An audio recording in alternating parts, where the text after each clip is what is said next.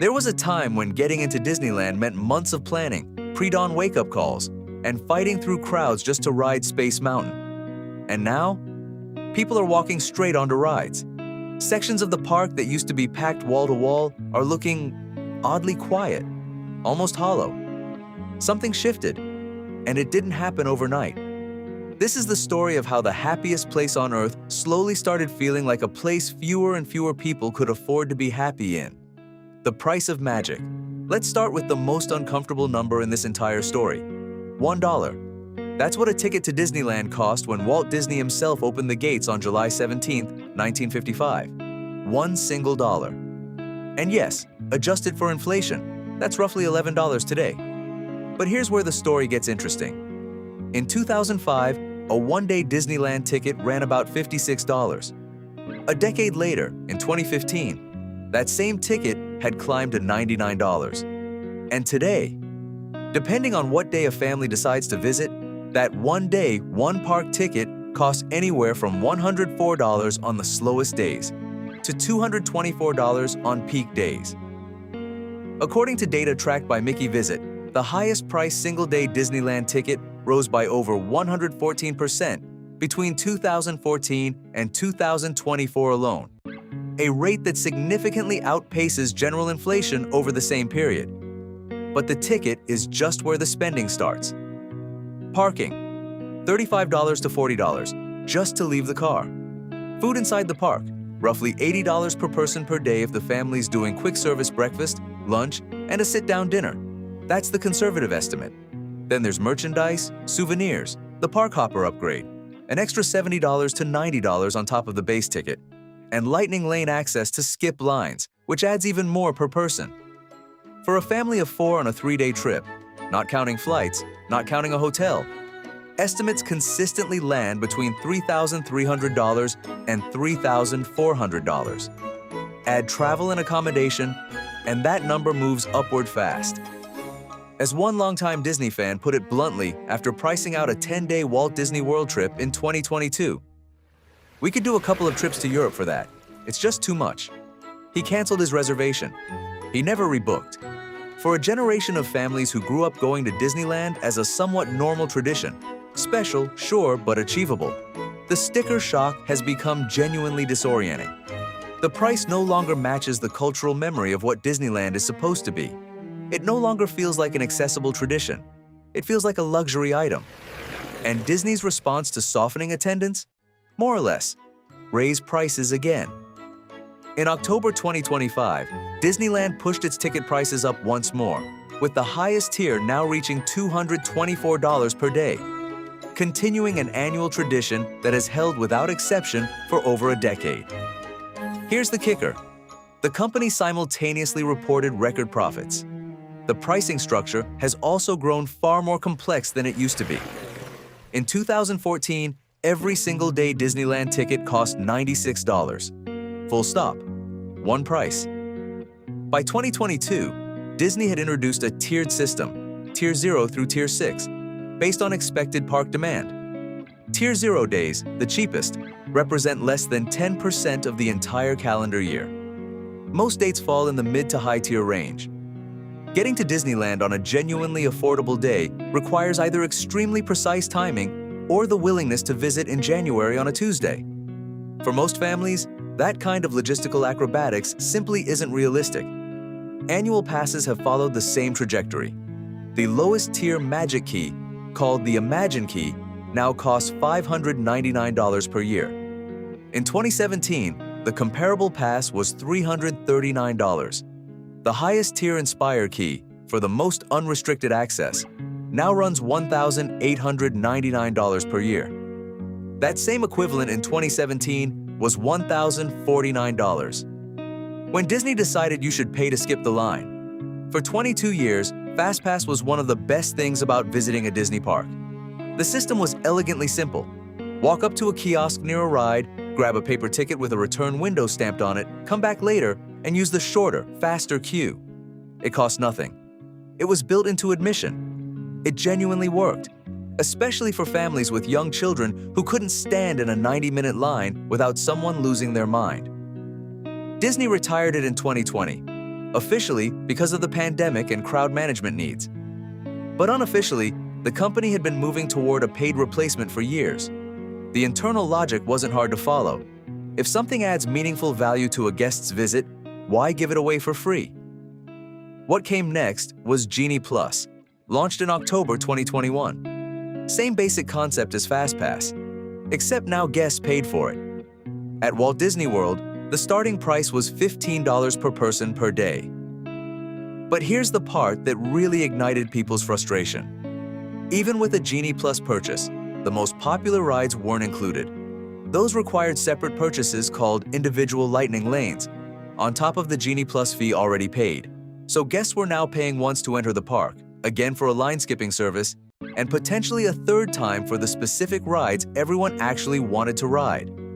A petition calling for the removal of then-CEO Bob Chapek, citing Genie Plus among its complaints, attracted more than 100,000 signatures within weeks of the service launching. That is a remarkable level of organized frustration over a theme park app.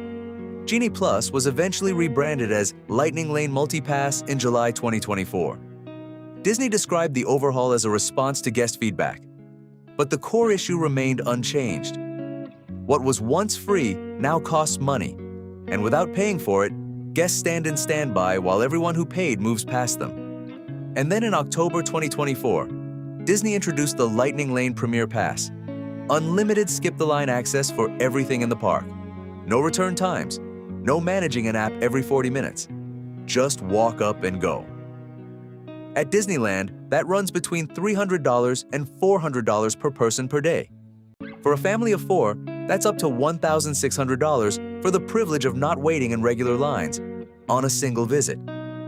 What still bothers many longtime visitors isn't purely the money. It's what the shift signals philosophically. FastPass was free because the experience was meant to be accessible to everyone who bought a ticket. The paid Lightning Lane system operates on a different premise entirely, that the experience is layered and the better version costs more. People noticed, and they remembered. The creative pipeline slowed down. There's a version of Disneyland that made the saving up feel genuinely worthwhile. New rides, new lands, things that couldn't be seen anywhere else in the world.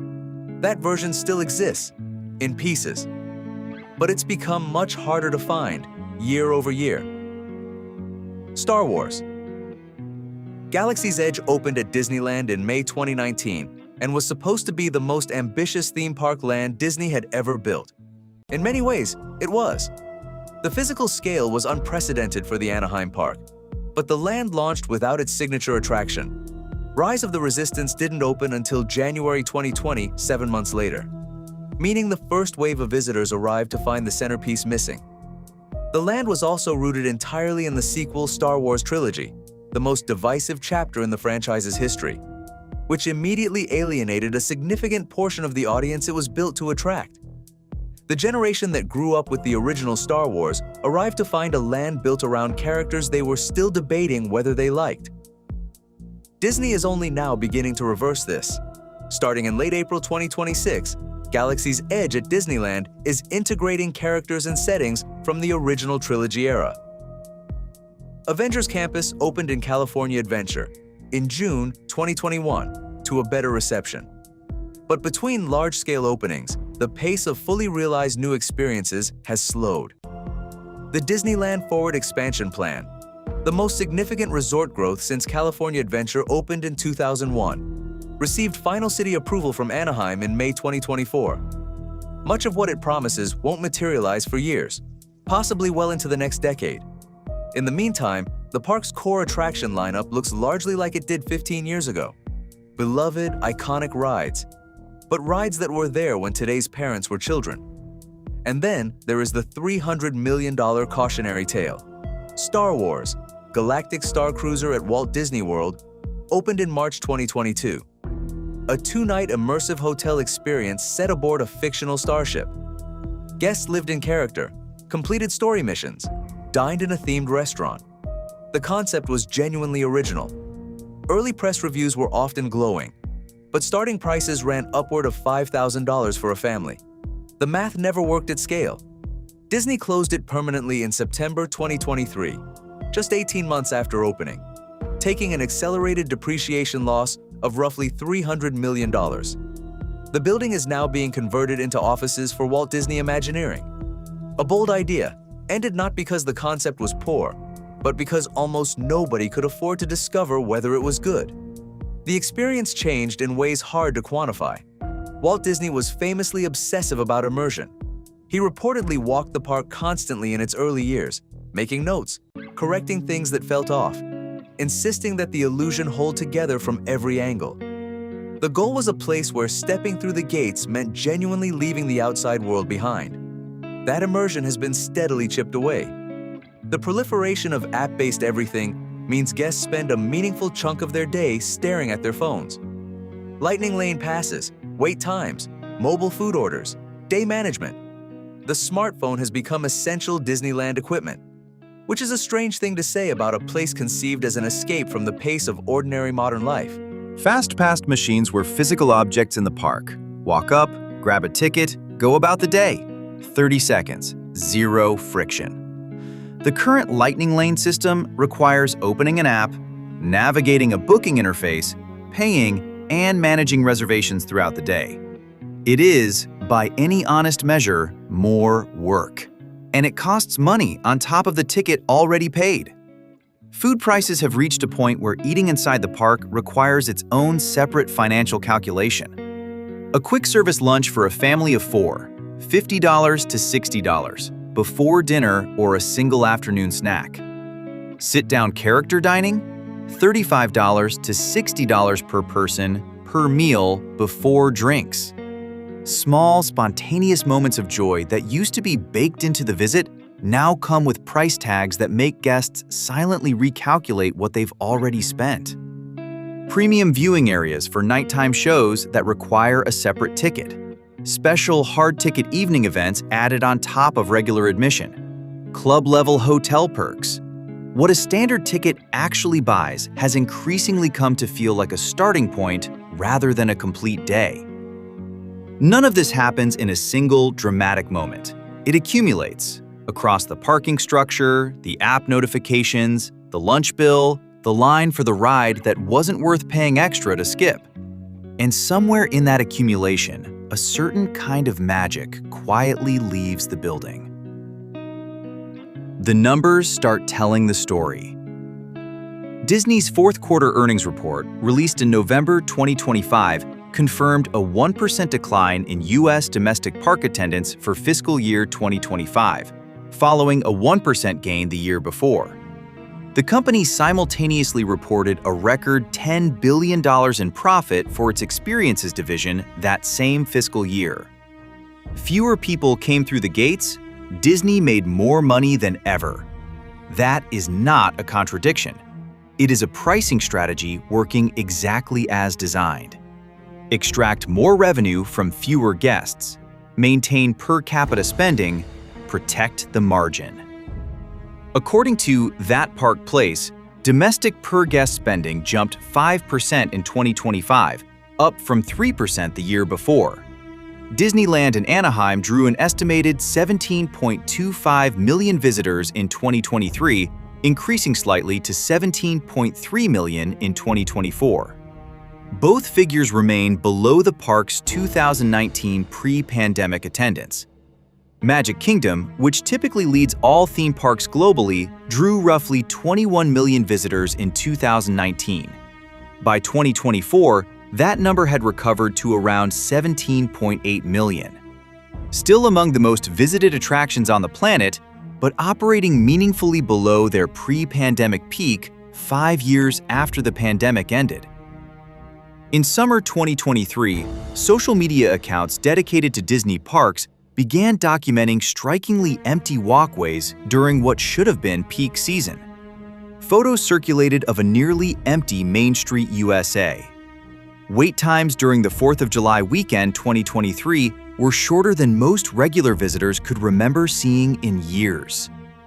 That kind of word travels fast, and it does not travel in the direction Disney's marketing teams would choose. The competition finally showed up.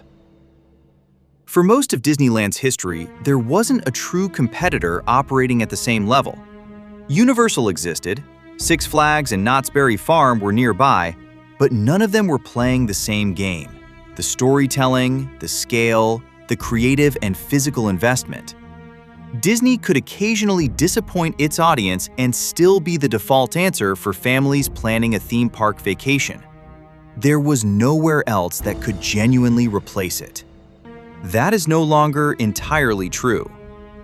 Universal's Epic Universe opened at Universal Orlando on May 22, 2025, adding a massive fifth theme park to the resort. 5 entirely new themed lands: Super Nintendo World, Dark Universe, The Wizarding World of Harry Potter, Ministry of Magic, How to Train Your Dragon, Isle of Berk, and Celestial Park. The scope represents the most significant expansion in Universal's history, and the early visitor response in 2025 has been strong. At the 2025 Golden Ticket Awards, the gold standard of theme park excellence, Universal swept 5 major categories. For the first time in a very long time, Disney has a true large-scale competitor in the same market, competing for the same family vacation budget. In Southern California, Universal Studios Hollywood has continued improving its own lineup, and on most days runs at a lower price point than a Disneyland ticket. But there's also the broader question of where vacation money goes. For the total cost of a 4-day Disneyland trip for a family of 4, tickets, hotel, food, and lightning lane passes, the alternatives include a week in a European city, a trip to Japan, a Caribbean all-inclusive, or a national parks road trip. Families who have done Disneyland before and are running that comparison more carefully are increasingly opting for the alternative. What Disney is betting on. Disney has publicly committed $60 billion to its parks and cruise operations over a 10-year period. The Disneyland Forward Plan, approved by Anaheim in May 2024, is the most ambitious expansion the resort has seen in decades. New attractions are in active development: Avengers Infinity Defense, Stark Flight Lab featuring Robert Downey Jr. reprising Tony Stark, and, remarkably, a first-ever audio animatronic figure of Walt Disney himself, set for the Main Street Opera House. The long-term vision is genuinely compelling on paper. But Disney's track record of announcing things well in advance and delivering them later than projected is consistent enough that the most informed park followers have learned to wait before celebrating. And the pipeline of future experiences does not solve the immediate problem of the guest who looked at ticket prices last spring, did the math for their family, and decided to go somewhere else this year. There is also a generational dimension that doesn't get discussed nearly enough. The guests being priced out today are often families with young children, the very demographic that has historically become the next generation of Disney adults. A kid who grows up never visiting Disneyland because it was too expensive doesn't automatically grow up to become someone who saves and makes the trip as an adult. That emotional imprint, the one that has powered Disney's theme park business for 70 years, is largely built in childhood. Build it young, or in many cases, not at all. Disney has always understood this instinctively. The parks were designed as multi-generational experiences precisely because Walt Disney recognized that children who fell in love with the park would one day bring their own children. The current pricing strategy, whatever its short-term merits, is quietly working against that long game. And Disney, for all its record profits, almost certainly knows it. When talking to people who visited Disneyland regularly and have since stopped, the answer is rarely just one thing. It's an accumulation. The slow-building sense that the experience is no longer built around having a great time and more around maximizing what guests spend on the way to the exit. The Fast Pass was free, and then it wasn't. The annual pass that used to make repeat visits financially reasonable has nearly doubled in cost. The park used to feel like a complete experience included in admission. Now it feels like a foundation from which guests are constantly being invited to spend more. There's a specific kind of frustration that comes from loving something for a long time and watching it change in ways that feel like they weren't made with anyone in mind. Disney parks have an unusual relationship with their audience, one built on childhood memory, family tradition, and an emotional connection that most businesses could only dream of cultivating. That emotional equity is real, and it's deep, and it has been absorbing a lot of pressure. The risk Disney is running is a quiet one. It's not that guests are angry enough to swear off Disney parks forever in dramatic fashion. It's that they're simply opting out. Not buying the annual pass this year, skipping the summer trip, doing something else instead. Individually, each of those decisions is invisible. Collectively, they show up in an attendance report. The parks are still extraordinary physical spaces. The craftsmanship, the detail, the scale, these are real. The emotional power of standing on Main Street at night, with the castle lit up and the whole place doing what it does, that hasn't gone anywhere. But there's only so long any brand can ask people to overlook so much before they start running the math with a different kind of calculator. One where they figure out how many other things they could do with the same money, whether the kids will actually remember the trip, whether it's really still worth it at this price. Disney 4 is making a people have started coming up with different answers than they used to. The magic of Disneyland was never really about the rides. It was about how the place made people feel. That's harder to price, harder to package, and a lot harder to get back once it's gone. If this video made you think twice, or reminded you exactly why you haven't booked that Disneyland trip lately, hit the like button. We cover the stories behind the places and experiences that shaped popular culture, and there's a lot more coming.